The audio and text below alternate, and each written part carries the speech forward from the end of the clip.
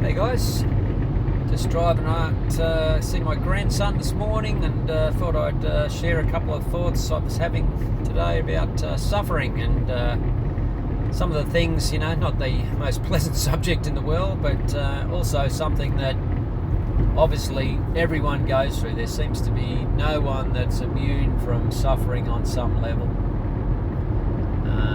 Suffering, it appears, is quite relative to each individual as well. So one man's suffering, whilst it might appear extreme or even small to that individual, it is suffering in its own sense. So I guess for myself, my personal journey through suffering has been, well, extremely challenging.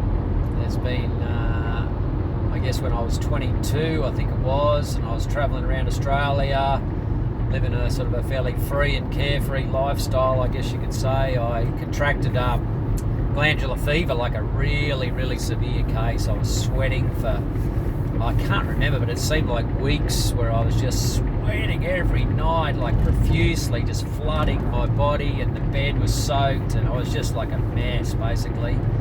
I was only a fairly lightweight character back in those days. I reckon I lost probably 8 to 10 kilos off a very lightweight 65 kilo frame. I was probably down to about 55, 56 kilos, which was very, very light. I just was like gaunt. I was unhealthy. Anyway, long story short, after that, I was sort of living a lifestyle that wasn't great, and ended up contracting chronic fatigue syndrome from that. Kind of a vague thing, especially 35 years ago. No one even knew what it was. I didn't know if that was a thing, and obviously that just covers a whole range of symptoms and so forth. But basically what it means is that your body just doesn't function like the next person. It doesn't create energy like the next person. So when you wake up in the morning, you'll often feel kind of like someone would feel just before they're going off to sleep at night. That last sort of bit of energy you get at the end of the day, when you're just like, man, I'm buggered, I've got to go to sleep. Well, it's sort of like that, but it can start as soon as you wake up in the morning. Very little recovery time. You don't recover, you don't re-energise. And, when you're 22 years of age, you sort of have these kind of reserves of energy that you can draw on. You can go to adrenaline, you can go to caffeine, you can go to alcohol, drugs. I did all that sort of stuff just to desperately try and get something out of my life.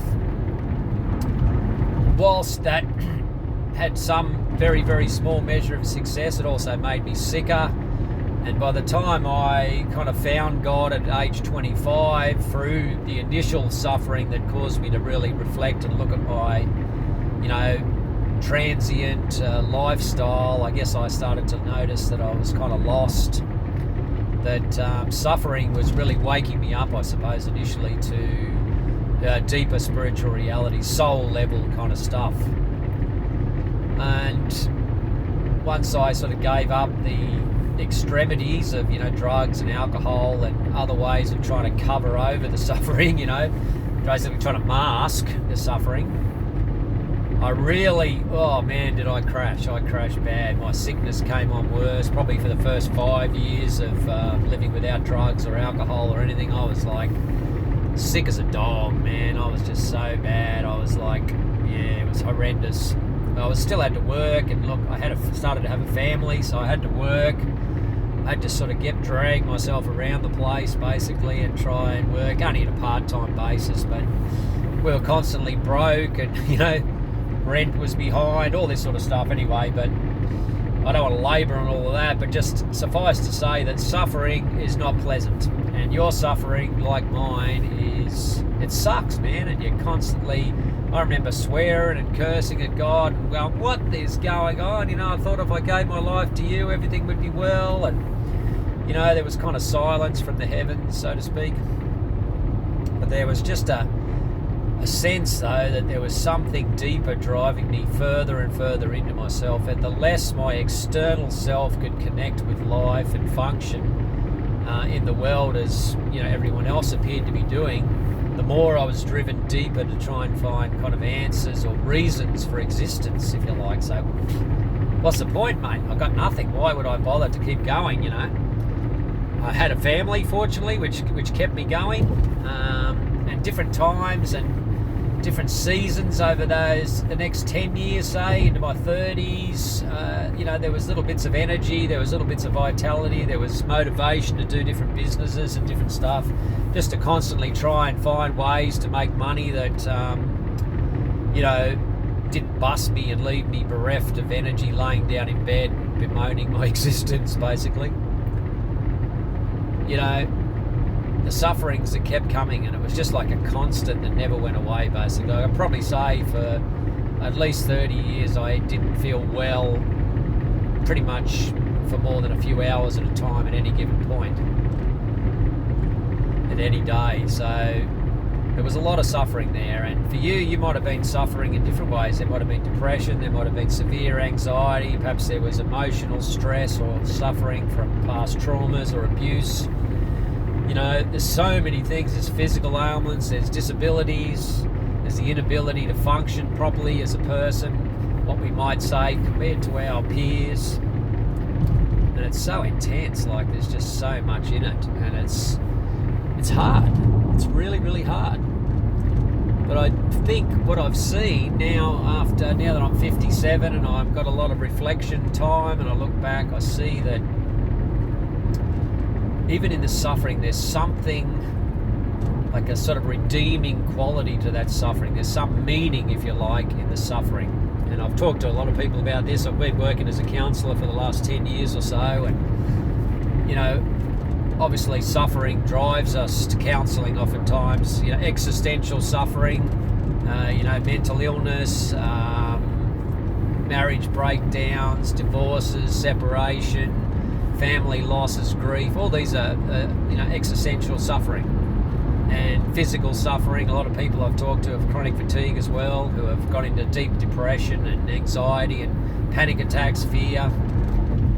So suffering is everywhere, and the people that are driven to look deeper within and trying to find some deeper answers will often come out of there, at least to some degree, with a knowledge, a deeper knowing, if you like, of something richer, something more powerful, something life-changing that they experience when they look to their inner self. So there's a disconnect through suffering, it seems, from our outer life to our inner life, and the need to seek the inner life, because the outer life is clearly not working, is a great gift. I wrote a piece once for a blog I was doing on, I think it was called Suffering, the Gift in a Brown Paper Bag, and the picture I had there was like, here's this thing that someone's holding out to you, and you're looking at it going, no thank you, not really interested in that, thanks. It's not this brightly covered, beautiful, tinseled, wrapped gift for Christmas. It's like just this dirty old sack, and you're like, don't really want that gift. And I have to say, I haven't wanted it either. And in fact, I've rejected it, fought against it, pushed back, wrestled, fought, battled, you name it. I've sort of gone there against it, and I've found that battle can be so futile and so draining and so challenging, and that when I stop battling, when I stop fighting, and I accept that, yes, I have this physical disability, this sickness that I can't shake after 35 years, and I come to a point of acceptance, there's a freedom there. There's a freedom to look within and to go, you know what? Something has happened in me from all this suffering that's changed me. It's given me more compassion, more empathy, more hope for others, more desire to see others set free in any way I can hope for them. It's given me, I wasn't a compassionate person. I was a hard person. My heart was shut, closed off, calloused, if you like. And the suffering has opened me up to greater things. It's opened me up and enabled me to see the world with new eyes, if you like, to look through the glasses and to see the world in a greater light, in a deeper way, to see some of the blessings and to be more thankful for the smaller blessings, to be able to see with eyes that I couldn't see, spiritual eyes, to look, beyond myself into the deeper aspects of spiritual life and with the life within. So just some thoughts there on suffering, and I know that many of you guys are suffering as well, and it sucks. It absolutely sucks, but underneath it all, there's something rich. There's some sort of deeper message there for us that if we can grasp hold of this, I think can change us in ways that are very powerful. So thanks for listening, guys. Have a great day.